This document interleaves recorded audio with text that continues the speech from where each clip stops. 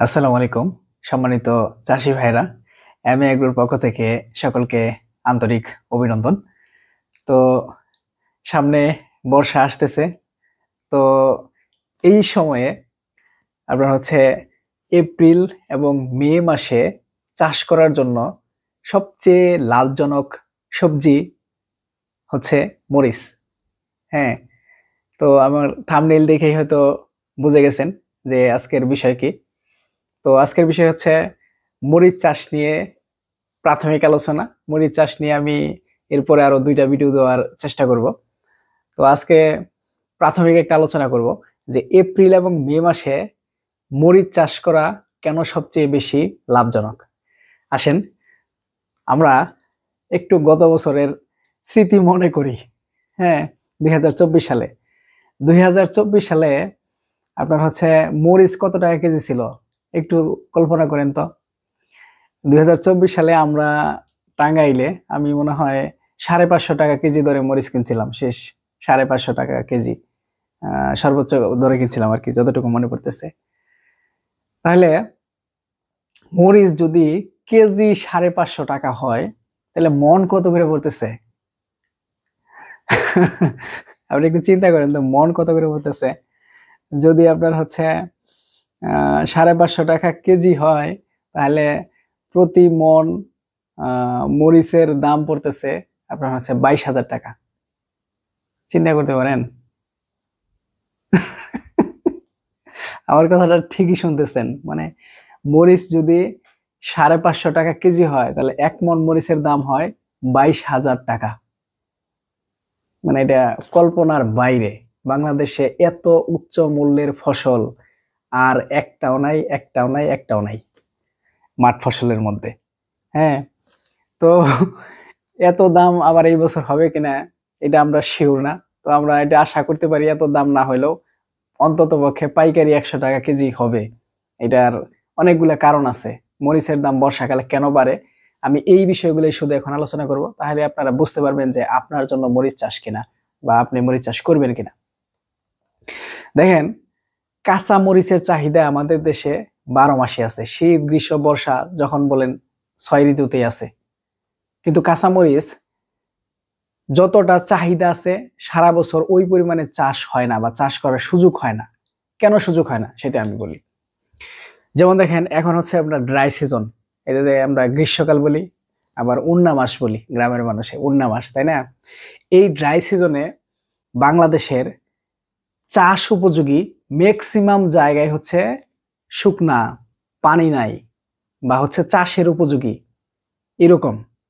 হ্যাঁ, কিন্তু আপনি একটা বিষয় কল্পনা করেন, জুন মাস এসে গেছে, আষাঢ় মাস এসে গেছে, বৃষ্টি হইতেছে, টানা বৃষ্টি, তুমুল বৃষ্টি বা কয়েকদিন পর পর বৃষ্টি হয়।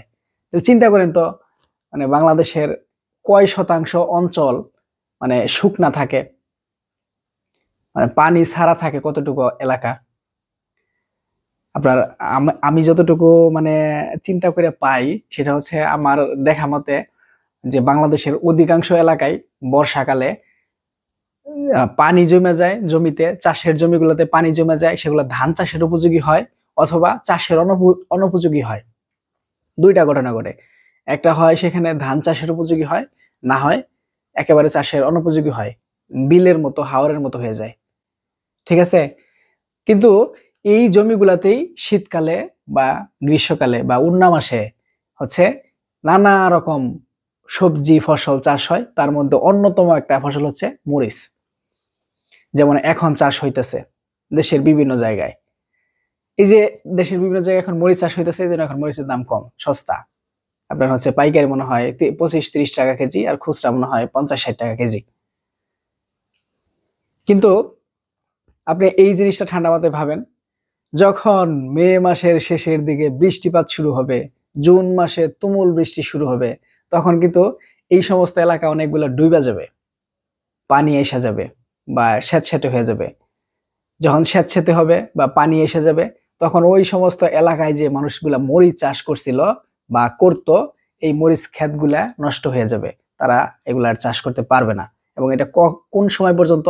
একেবারে June, July, August, September, October, মানে June, July, August, September, October 5 মাস এগুলা এই মরিচ চাষ করার অনুপযোগী হয়ে যাবে। তাহলে এই 5 মাস মরিচ আপনি পাবেন কই?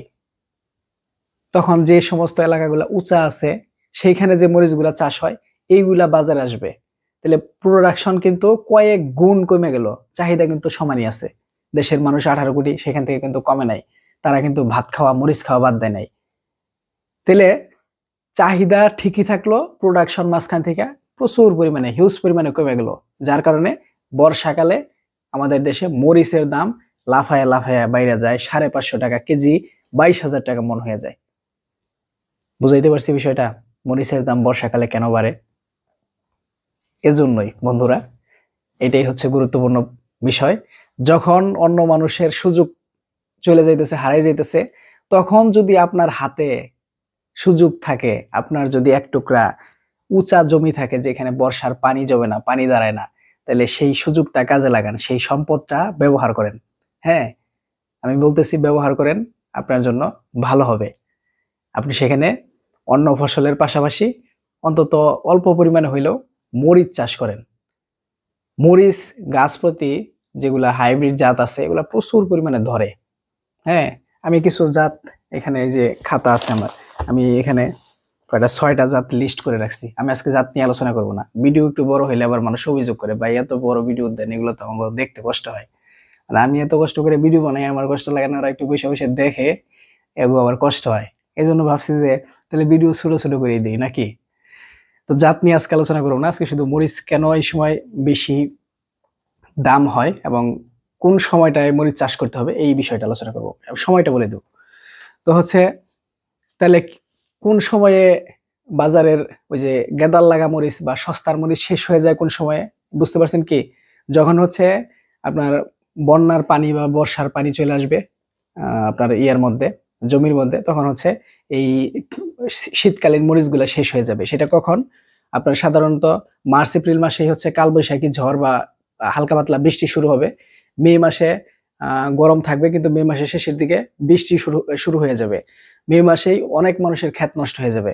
হ্যাঁ, তাহলে হচ্ছে মোটামুটি আপনার আহ এপ্রিল মাসে শীতকালীন মরিচগুলা শেষের দিকে যাবে, মে মাসেও শীতকালীন মরিচ থাকবে এবং এটা মে মাসের শেষের দিকে যে একেবারে শেষ হয়ে যাবে।